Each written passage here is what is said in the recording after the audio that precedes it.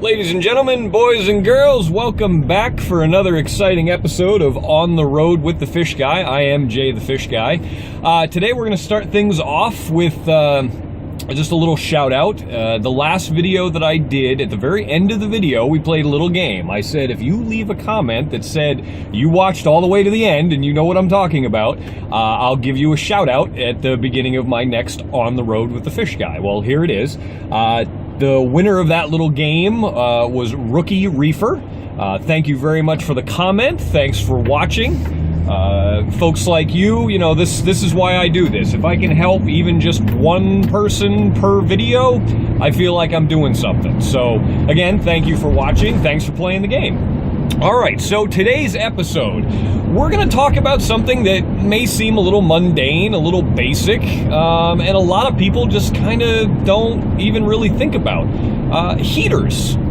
Heaters are a very critical part of our systems. Now, I'm going to be talking a lot about reef tanks in particular, but this information, this video, still applies for people even with freshwater tanks.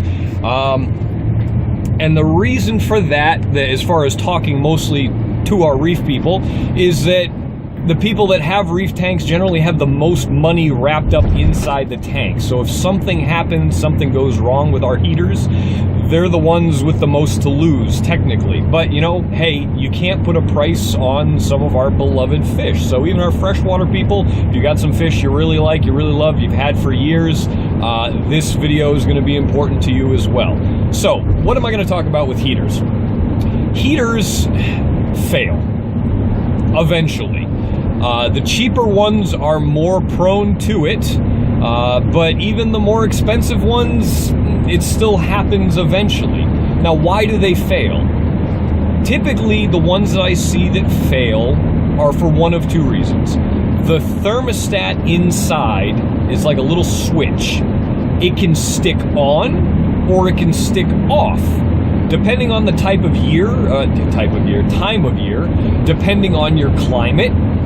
Either one could be potentially catastrophic. If it sticks on any time of year, well, that's just not good, because if it's a good-sized heater for what you have for tank volume, you're going to cook your fish. If it sticks off, and you live in a cooler climate, and it's winter time, and your house or basement gets cold, your fish could theoretically freeze. Obviously the water's not going to freeze, but the water could get cold enough to a point where they could pass away. So that's one potential failure. Why it does it? I think it's just simply in the design. I'm no engineer. I've never taken one apart to figure out the hows, the whys, and what's good, what's not. I just know that's what fails.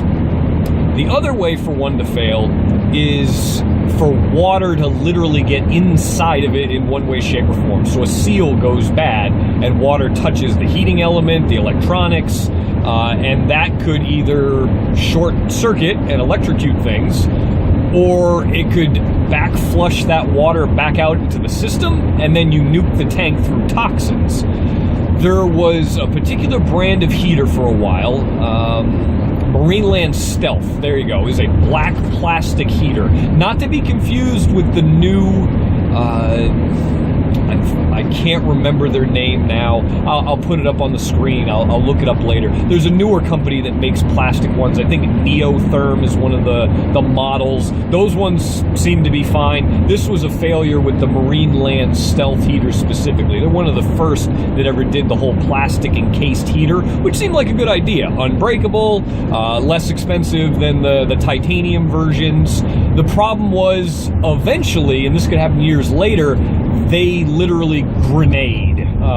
They explode, and they either release a ton of toxins into the tank, or I even heard some stories and seen some pictures where when they actually exploded, they took out the sump at the same time, and it was just a horrible, horrible mess. So if you still have one of those, get rid of it. So how do we kind of plan ahead for these failures? How can we prevent having to deal with this issue?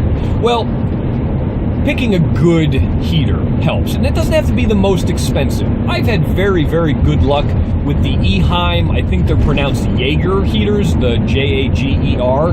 I've used those for a lot of builds over the years. I like the fact that the thermostat is kind of adjustable, so you can actually set it for what the true temperature is if that seems to go out of whack over time.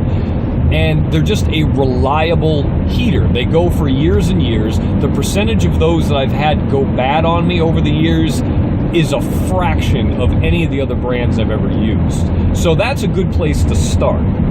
Beyond that, they make things such as heater controllers. And I'm not talking about the big expensive like Apex systems. They have controllers that's all they do is just control your heater. And that would be a great way to buy a little bit of insurance that those they can't be affected by water getting in, for one. If the switch sticks on in the heater, it can't cook your tank because the heater controller controls when it goes on and off. So typically you set the temperature too high, and then the controller dials in when to shut it on and off based on the preset temp.